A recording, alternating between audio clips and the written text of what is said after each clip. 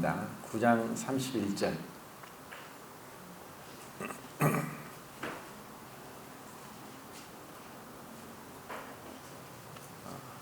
한 목소리로 같이 읽겠습니다.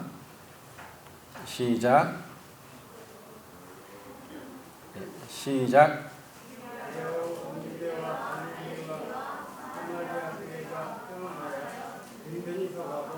주를 경외함과 성령의 믿음으로 진행하여 수가 더 많아지고. 그 초대 교회 때에 정말 이 기독교가 어떻게 부흥하고 있는가를 너무나 생생하게 보여주고 있는데, 그냥 우리가 이 말씀을 볼 때 그냥 수가 더해졌더라. 또 원래 원문에는 교회가 이제 부흥했더라 이런 이제 뜻으로 쓰여 있는데, 어떻게 해서 그렇게 되었을까? 단순히 어떤 그 양적인 팽창만이 부흥이 아닌 건 분명합니다. 그런데 그 양적인 팽창과 또 내적인 그런 성숙도 함께 따라가야 되는 것이 필요하고, 우리 몸을 예를 들어 보더라도 이게 덩치가 크다고 해서 건강한 건 아니죠. 또 뭐 살이 많이 쪘다고 건강한 건 아니고, 또 덩치가 작다고 해서 약한 건 아닙니다. 이것처럼 교회도 어떤 의미에서는 그 외적인 그런 큰 부흥이 진정한 내적인 성숙과 항상 비례하지는 않습니다. 그런데 초대교회 때는 그 당시에 어떤 그 상황을 볼 때 하나님께서 굉장히 크게 간섭하고 있다는 것을 볼 수 있고, 그리고 이런 성장 그 내면에 있는 것이 무엇인가를 우리가 살펴볼 때 오늘날 우리에게도 이런 아름다운 교회의 성장이 있지 않을까 생각합니다. 우선은 오늘 주제 말씀은 주를 경외함과 성령의 위로로라는 이제 제목으로 교제를 하겠습니다. 우리는 다들 이제 구원 받았다면은 주님을 경외하고 주님을 사랑하고 또 주님을 믿고 신뢰하고 그렇게 살아갑니다. 그럼 어떻게 하는 것이 주님을 경외하는 것일까? 주님을 경외하는 것이 무엇일까를 한번 생각해 보겠습니다. 지금 이제 이와 같은 31절 말씀에서 예루살렘과 갈릴리와 또 사마리아 교회가 든든히 서간다라고 했습니다. 그런데 사마리아는 우리가 아는 대로 유대인들은 오랫동안 거의 700년 이상을 사마리아가 유대 땅 바로 안에 있었지만 완전히 멸시했습니다. 굉장히 정말 심하게 모독할 정도로 개 취급했습니다. 이렇게 했던 이유는 사마리아가 이제 북왕국 이스라엘의 수도였고, 또 아합이 그 수도로 정했었는데 BC 722년도 아수르에서 멸망당하기 전에 열왕기하 17장에 보면은 이제 아수르 왕 드라빌레셋이 많은 이방, 자기들이 정복한 이방 민족들을 이 사마리아에 두고 혼혈 민족이 되게 했습니다. 그리고 각각의 나라 사람들이 오면서 자기 나라의 우상들을 가지고 와서 그 사마리아에서는 여호와도 경외하고 각각 어느 민족에게 왔든지 그 민족이 섬기는 우상도 섬겼더라 라고 기록되어 있습니다.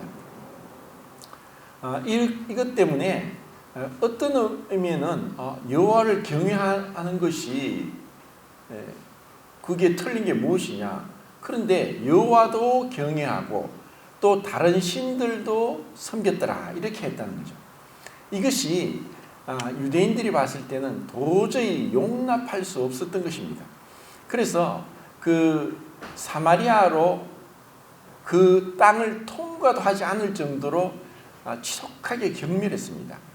사마리아로 통과하면은 그 남쪽에서 북쪽까지 가는데 바로 얼마 걸리지 않을 거리를 요단강을 건너서 그 베레아 지역으로 빙 둘러서 올라가니까 시간이 훨씬 많이 걸리는 그런 불편을 감수하고서도 그들은 사마리아를 멸시했습니다. 그런데 사마리아를 하나님께서 어떻게 보셨는가? 우선은 우리가 잘 아는 요한복음 4장에서 예수님께서 사마리아에 있는 수가성의 그 여자에게 복음을 전했던 것을 봅니다. 예수님은 의도적으로 사마리아로 가셨습니다. 근데 그 사마리아로 가서 그 수가성 여인에게 복음을 전했고 또 그 마을 사람들이 믿게 되었던 것도 우리는 알게 되는데, 그 전에 또 보면은 그 베드로 요한과 야고보였죠. 그 사마리아로 갈 때 사마리아 어떤 성에서 유대인이라고 있어. 그러니까 유대인이 사마리아 사람을 경멸하니까 사마리아 사람도 유대인을 경멸했습니다. 그리고 유대인들은 어디 가나 표가 났습니다. 그 옷에 보면은 옷 끝에 옷 깃에 푸른색 그 줄을 묶고 놨습니다. 그것은 율법의 그 옷 가장자리에다가 푸른색 줄을 달아라고 했기 때문에 그것은 그들이 이제 푸른색은 하늘을 상징하고 그리고 이 땅에 있지만 하늘 백성이고 그리고 하나님을 바라보라는 그러한 의미로서 그렇게 명령하시는데, 그러니까 옷을 보면은 유대인인지 아닌지 금방 표가 났습니다.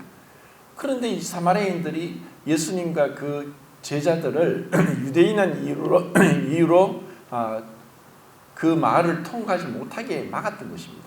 그랬을 때 이제 요한이 뭐라고 했냐면은 요한과 야고보가 주님, 하늘에서 불을 명하여서 저들 다 태우십시오. 그 정도로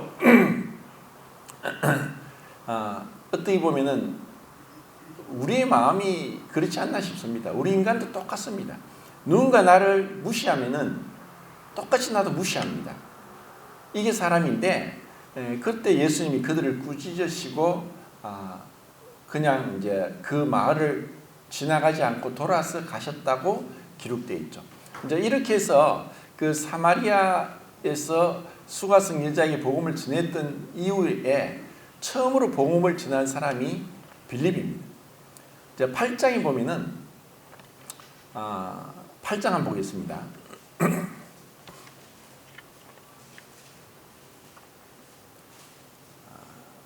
8장 25절 읽겠습니다. 25절 시작.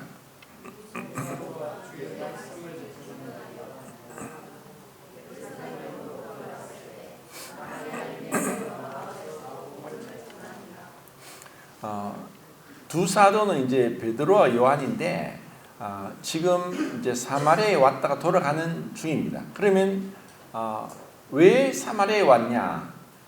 그 7 집사 중에 한 사람인 빌립이 사마리아에 가서 복음을 전했습니다. 그리고 그곳에 많은 이제 믿는 자가 생겼고, 그리고 귀신이 쫓겨나고, 그리고 병든 자가 고침을 받는 이런 놀라운 기적적인 일들이 일어났습니다. 그랬는데 그 사마리아에 이런 복음이 전해졌지만 그들이 믿긴 믿었고 세례를 받았습니다. 예수님 이름으로 세례를 받았지만 그들에게 성령이 임하지 않았어요.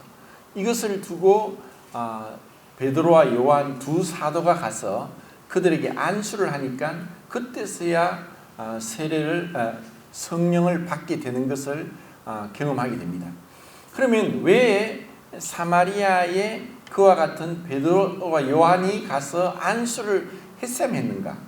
그리고 나중에 이제 10장에 보면 이방인 고넬료에게 복음을 전하는데 안수하지 않았는데도 그들이 성령을 받는 것을 봅니다.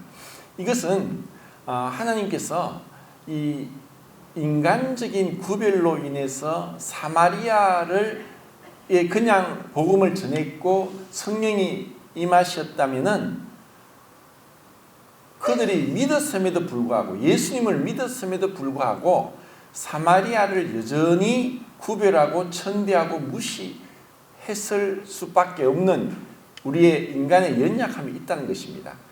그렇다면 어떻게 되느냐?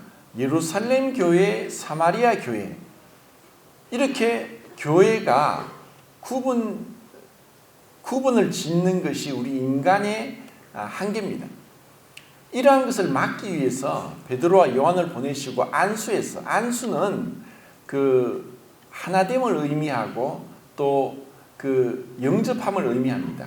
그러니까 사도들인 예루살렘에서 온 그 주님의 제자인 사도들이 안수해서 사마리아 교회가 700년 이상을 그렇게 서로 미워하고 멸시하고 또 완전히 천대했던 이러한 그 관계를 끊어버리고 하나인 교회, 예루살렘 교회와 사마리아 교회가 따로 떨어져 있지만 결코 다른 교회가 아니라 하나의 우주적인 하나님의 교회인 것을 증거하기 위해서 안수를 받게 했다는 것입니다. 그리고 유대인들은 이때까지 사마리아인들을 이방인보다 더 무시했습니다. 이방인은 처음부터 하나님을 몰랐기 때문에 그렇지만 사마리아인들은 하나님을 알았음에도 불구하고 그들이 이방신을 섬겼고, 그리고 유대인이라는 민족적인 그 혈통성을 부인하고 이방인과 그 결혼해서 이제 혼혈 민족이 되었다는 것, 이러한 이유로 인해서 이방인보다 더 무시했습니다. 그런데 하나님께서도 그렇게 생각하셨을까? 이제 성경을 보면은 그렇지 않다는 것을 알 수 있습니다. 왜냐하면 우리 사람이 볼 때는 어떻게 그런 말이 있죠. 50보 100보다고. 뭐 속담에도 그런 얘기합니다. 똥 묻은 개가 개 묻은 개를 나무란다는 그런 말을 자주 하죠. 유대인들이 봤을 때 사마리아는 정말 상종 못할, 완전히 이방인보다 더 못한 자들이었습니다. 근데 주님 보실 때는 유대인이나 사마리아인이나 이방인이나 똑같이 죄인이란 것입니다. 그들은 다 하나님의 은혜가 필요한 자들입니다. 하나님의 은혜가 없으면은 그들은 유대인임에도 불구하고 그들이 표면적 유대인으로서 나는 아브라함의 자손이다. 그리고 나는 예배를 드리고 있다. 율법을 알고 있다. 율법을 지키고 있다. 십계명을 지킨다. 그리고 11조를 하고 있다. 이와 같은 외형적인 그런 종교적인 행위에도 불구하고 그들이 예수님을 믿고 죄 용서받지 못한다면 구원받지 못하는 것입니다. 그렇다면 사마리아인이나 유대인이나 똑같다는 거죠. 그리고 이방인으로 하나님께서는 사마리아를 이방인으로 취급하지 않았습니다. 그것을 우리가 볼 수 있으면 좋겠고, 그리고 이 사마리아인에게 먼저 가서 복음을 전한 사람은 집사 빌립이었습니다. 그리고 큰 부흥이 일어났습니다. 그런데 안타깝게도 시몬이란 마술사가 이런 빌립을 보고 믿고 예수님으로 세례를 받았죠. 그런데 분명히 이제 빌립에게 있어서 복음을 전하는 전도의 은사도 있었고, 귀신을 쫓아내는 영적인 은사도 있었고, 그리고 병을 고치는 이런 치유의 은사도 받았지만 영들 분별하는 은사는 없었던 것을 봅니다.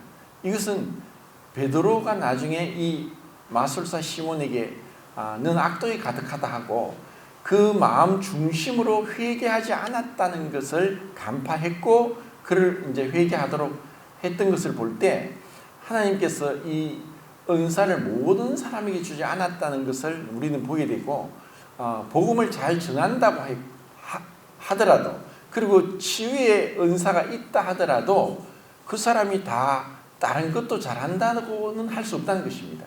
함께 서로 협력하는 것이죠. 그래서 이제 베드로가 이제 마술사 시몬의 그 죄를 지적하게 되는 걸 봅니다. 그러면은 빌립에게 있어서 그렇게 큰 부흥이 일어났는데 하나님께서 또 갑자기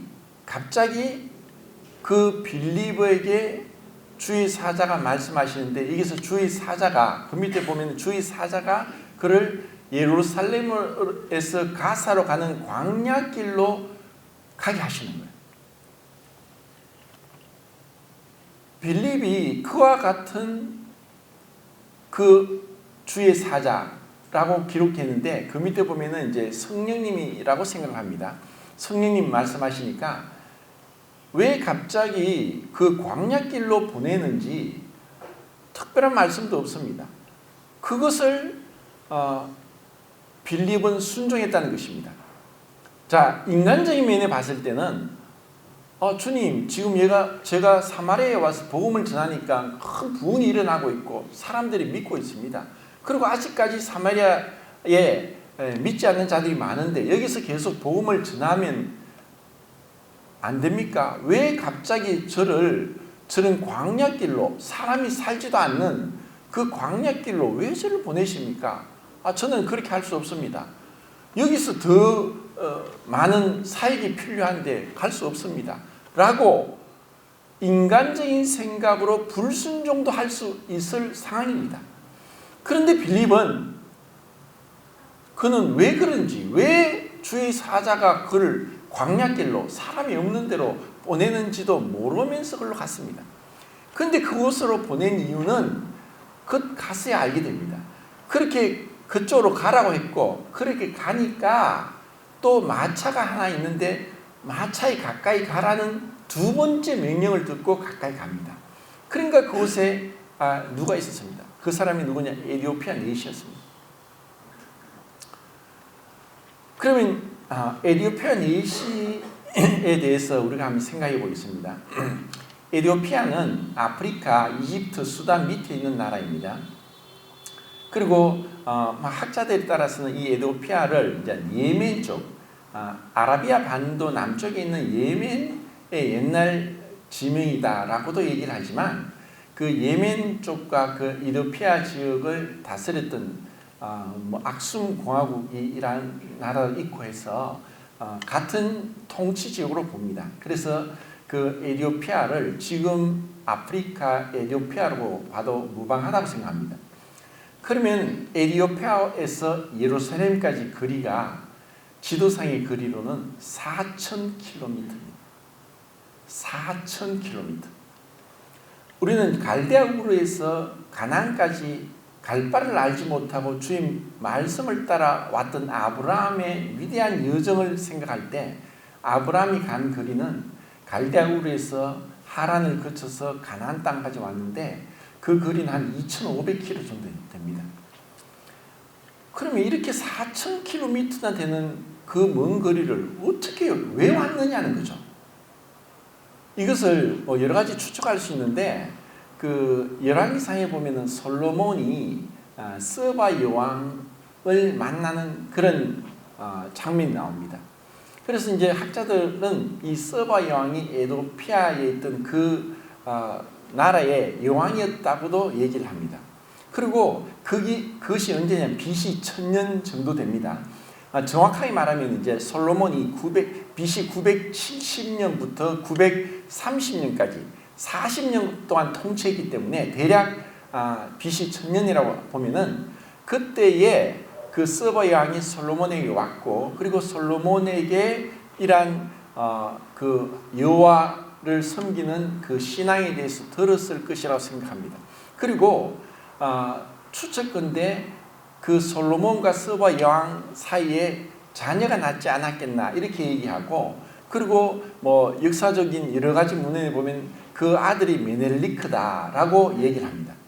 그러면 이런 이제 얘기들이 단순히 허황된 얘기가 아니라 실제로 역사적으로 보면은 에티오피아의 BC AD 1270년도에 자칭 자기가 메넬리크 후손이다 하면서 그 나라를 그 에티오피아에 그 이제 모함을 해서 세운 왕이 있었고 그리고 최근에는 1889년도 AD 1889년도에 또 자기가 메넬리크 후손이라고 하면서 또 왕의 통치 자리에 올라갑니다. 이것을 봤을 때 그 분명히 솔로몬에 의해서 영향을 받았다는 생각을 합니다. 그리고 또 제가 찾아보니까 에티오피아 인구가 1억이 넘는데 지구상에 한 202여 개 되는 나라 중에서 가장 종교적인 나라가 에티오피아입니다.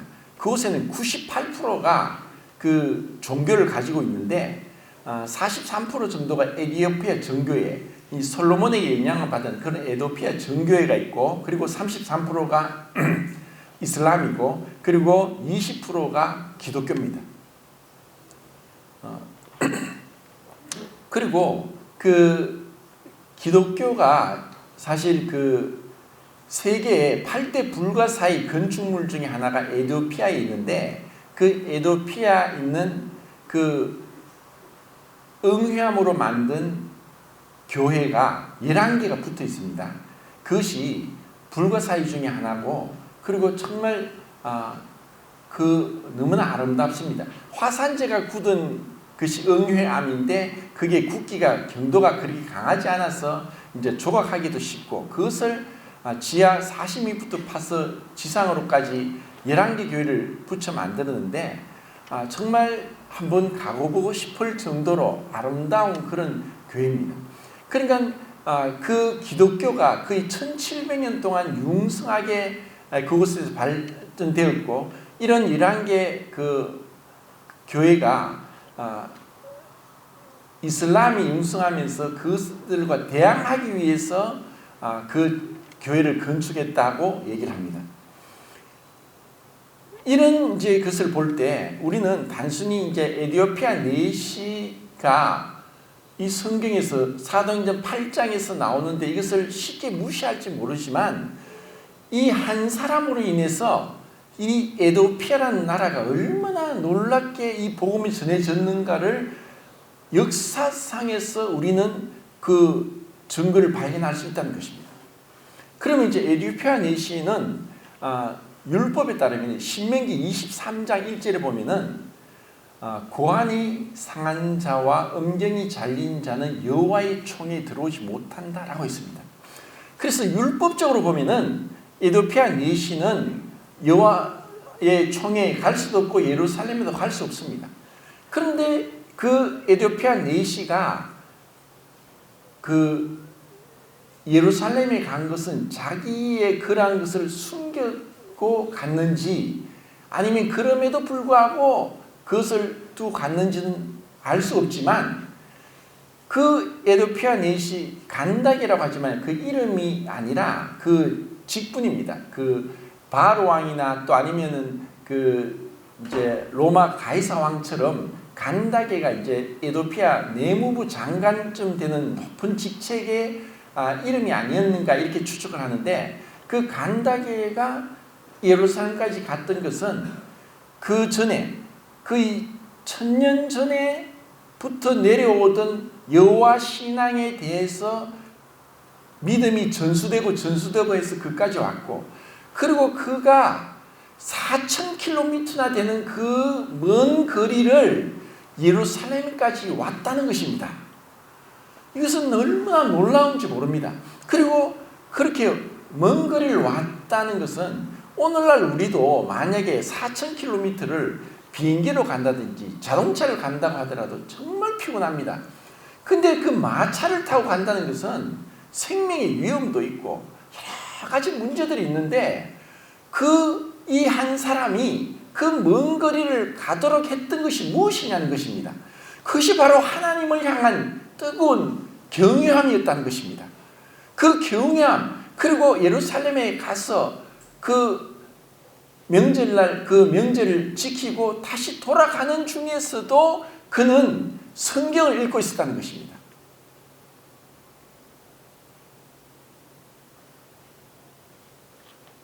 주님은 우리의 모든 행동을 달아보십니다.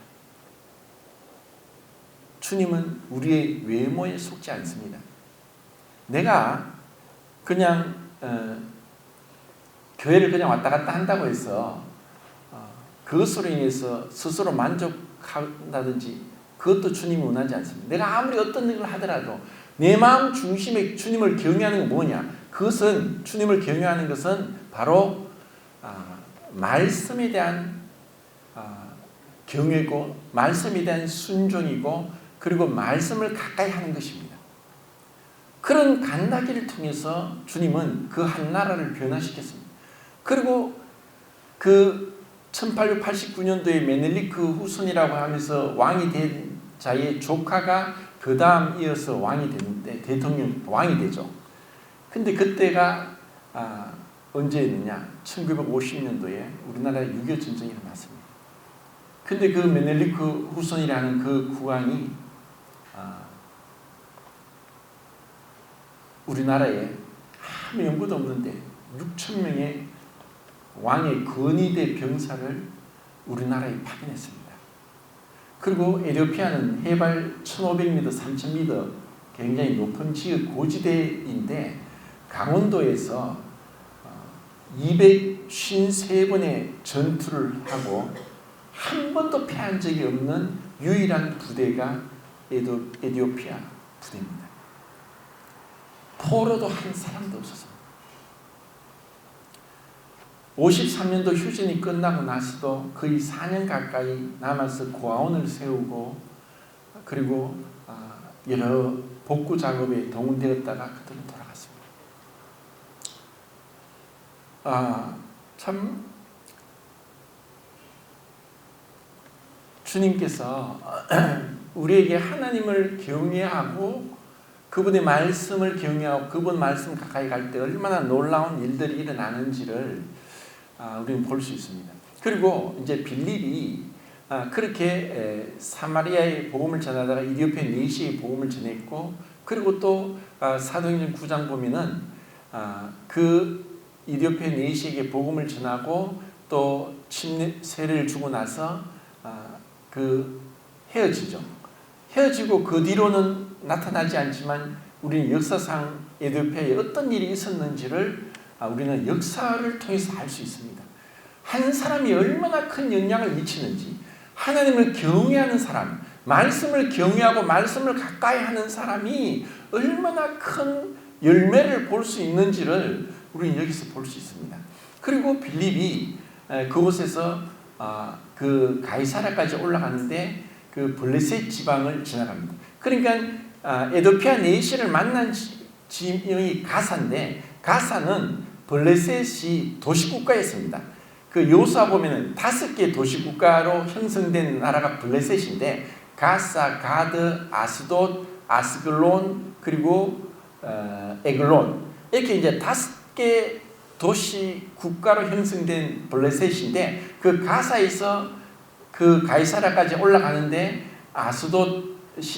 그 아스돗을 지나가고 그리고 지금 그 9장에 나오는 루따와 욥바를 지나갔다고 생각합니다. 그래서 그 사도행전 9장 32절부터 보면은 베드로가 그 루따에 가서 애니아의 중풍병 8년 된 중풍병자를 낫게 하고 그리고 욥바에서 그 다비다라고 하는 도르가의 죽은 도르가를 다시 살립니다. 그러면 어떻게 해서 이런 일이 일어났느냐? 이것은 분명히 베드로가 갔을 때는 이미 그곳에 교회가 있었습니다. 믿는 성도들이 있었습니다. 그러면 그 믿는 성도들이 언제 복음을 들었냐는 거죠. 그래서 제가 추측할 때는 이 빌립이 에티오피아 내시에게 복음을 전하고 지도상 지형을 볼 때 그 위로 쭉 가면서 이 블레셋 도시들에게 복음을 전했고 이 믿는 자가 생겨났습니다. 그리고 이후에 베드로가 가서 그 애니아나 또 도르가에게 기적을 베풀었다는 거죠.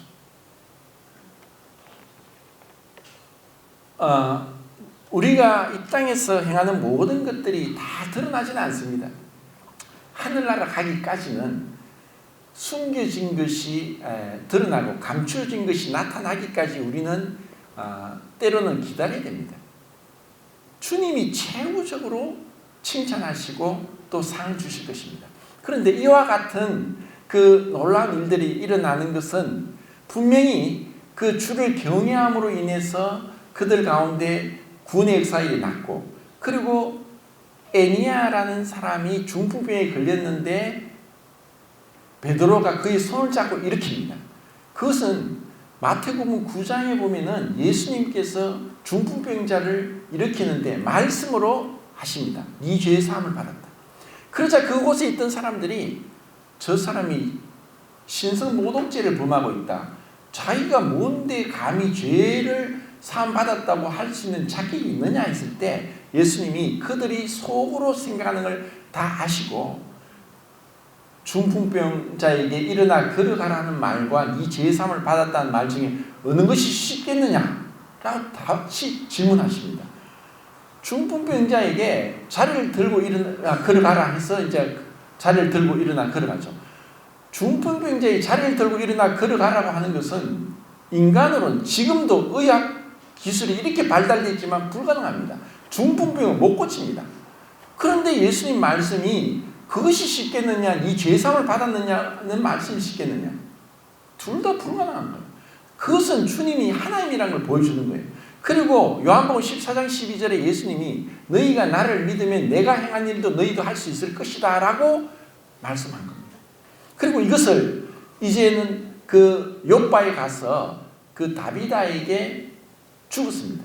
다비다가 죽어서 가부들이 와가지고 베드로에게 자기에게 이런 옷도 해준 그런 많은 선행을 얘기하면서 눈물 짓고 있습니다.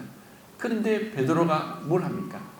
그 집에 들어가서 죽은 다비다에 다 쫓아내고 그 방 안에 앞에서 무릎을 꿇고 기도합니다. 왜 그랬습니까?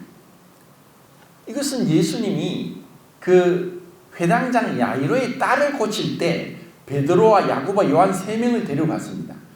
그래서 회당장 야이로의 딸이 죽었다고 했는데 예수님이 죽지 않고 잔다니까 그 소리를 듣다가 야이로가 죽은 줄 아는 사람들이 예수님을 향해 비웃었습니다. 아니 죽었는데 자기는 뭘 자? 근데 예수님이 그들이 믿지 아니함으로 믿지 않는 자들 내버려 두고 그 부모와 베드로와 야고보 요한 이 5명을 데리고 그 야이로의 딸 앞에 가서 예수님이 달리다 굼 하니까 그 소녀가 벌떡 일어났습니다. 자, 이런 경험을 했기 때문에 베드로가 이 다비다가 무엇을 했습니까? 주님을 경외했습니다. 그는 어쩌면 돈 많은 과부였는데 그 많은 돈을 자기만을 위해 살지 않았고 여러 어려운 다른 과부들, 어려운 사람들에게 옷을 지어 입히면서 선행을 베풀었던 정말 아름다운 그 뜻이 영양가젤이라는 뜻인데 영양가젤의 눈처럼 아름다운 그 여인의 이름으로 썼던 그 도르가를 주님이 살린 겁니다. 그것이 뭐냐? 그것이 바로 성령의 위로입니다. 성령의 위로. 이것이 헬라어로 보면 파라클레세이아라고 해서 성령은 파라클레토스입니다. 그러니까 그 성령의 위로는 주를 경외하는 자에게 자연적으로 따라오는 결과입니다. 우리가 주님을 경외하면 성령이 위로하십니다. 그런데 여기서 위로라는 이 파라클레세이아가 사도행전 4장 36절에 동일하게 써 있는데 거기는 뭐라고 번역되냐면은 바나바 곧 권위자다라고 있습니다. 바나바를 권위자라고 했는데 그 권위자라는 단어가 파라클레세이아입니다. 그리고 그 뜻은 뭐냐? 권위하다, 권면, 격려, 위로. 결국 주님을 경외하는 자에게는 에티오피아 네시 간다에게도 그런 놀라운 에티오피아의 기독교 부흥이 수천 년 동안 이어지게 했고, 그리고 빌립을 통해서 이 블레셋 도시에 복음이 전파되게 했고, 그는 주님을 경외했기 때문에 자기 욕심대로 자기 생각대로 형편대로 아닙니다. 나는 여기 사마리아에서 계속 복음을 전해야 되겠습니다 라고 하지 않고 그 광야 가사까지 영문도 모르고 말씀에 순종해서 갔던 자가 빌립이었습니다. 그럼 빌립을 통해서 그 루다와 욥바와 아스돗 이러한 지역에 복음이 전해졌던 것입니다.